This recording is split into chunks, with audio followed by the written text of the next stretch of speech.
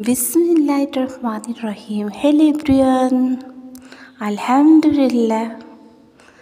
আপনার জীবনে প্রথম যত মানুষকে আপনি আপন ভাবেন না কেন, যত ক্লোজ ভাবেন না কেন, আপনার রিলেটিভ, আপনার ফ্যামিলিগত যত মানুষ আপনার ক্লোজ আপন থাকুক না কেন, অথচ আপনার দুঃসময়ে না কেউ পাশে থাকবে না, কেউ একটিবার ফোন করে খোঁজও নেবে না।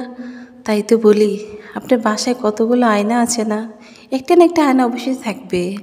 আপনার প্রিয় বেস্ট ফ্রেন্ড হয়েছে আয়না।